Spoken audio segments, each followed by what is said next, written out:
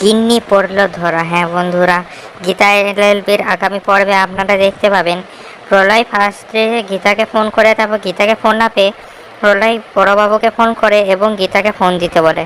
তারপর গীতাকে ফোন দিলে প্রলয় গীতাকে বলে যে রাতে তোমার বাবার খুন করার চেষ্টা হয়, সেই রাতে গিন্নি ঘরে ছিল না এবং তোমার বাবার খুনের যে খবর তার আসার আগেই গিন্নি ঘরে ফিরে আসে। আমার মনে হয় নিশ্চয়ই তোমার বাবার ঘটনার সঙ্গে গিন্নির কোনো লিঙ্ক আছে।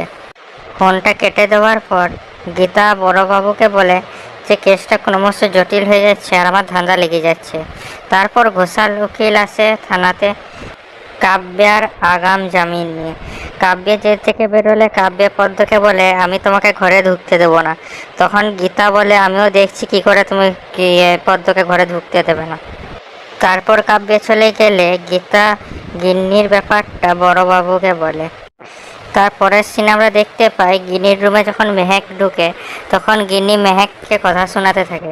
তখন মেহেক গিন্নিকে বলে তোমার ব্যাপারটা যদি তোমার বাবা জানে তাহলে কি হবে, আর এটা তো অস্বীকার করা যাবে না যে আগের দিন তুমি ঘরের বাইরে ছিলে মাঝরাতে। তখন গিন্নি বলে আমি তোমার প্রশ্নের কোনো উত্তর দেব না। তারপর মেহেক গিন্নিকে বোঝাতে শুরু করে।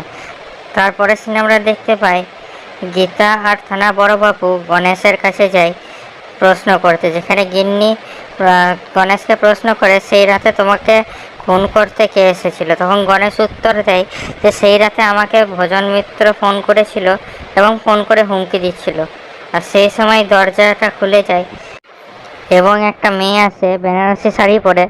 ওর মুখটা ঢাকা ছিল তাই আমি ওর মুখ দেখতে পারিনি। তারপরই আমাকে মাথায় মারে আর আমার তারপর আর কিছু মনে নেই। তারপর গীতা গণেশকে বলে আমরা সেটা জানি যে ভজন তোমাকে হুমকি দিয়েছিল, কিন্তু সেই রাতে কে তোমাকে মারতে এসেছিল, কাব্য এসেছিল কি? তখন গণেশ বলে আমি কিছু জানি না। এরপরে গীতা গিন্নিকে ফোন করে। গিন্নিকে ফোন করলে গিন্নি বলে তুই এই জানার জন্য ফোন করেছিস তো যে আগে রাতে আমি কোথায় গিয়েছিলাম, কার সঙ্গে দেখা করেছিলাম, আর আমাকে আদালতে নিয়ে যাবে, থানায় গিয়ে জেরা করবে, এই বলার জন্য ফোন করেছিস তো?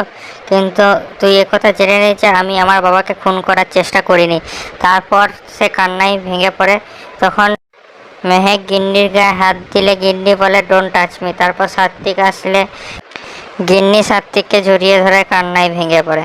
তারপরে পর্বে আমরা দেখতে পাবো যে গিন্নিকে গীতা প্রশ্ন করলে গিন্নি প্রশ্নের উত্তর দিতে চায় না। তখন গীতা তাকে থানায় জেরা করব বলে। তো কী লাগছে বন্ধুরা, গণেশকে খুন করার চেষ্টার পিছনে কি গিন্নির হাত আছে? বলুন আপনারা কমেন্টে। আমাদের ভিডিওটা লাইক করুন আর আমাদের চ্যানেলটা সাবস্ক্রাইব করুন আরও আপডেটসের জন্য।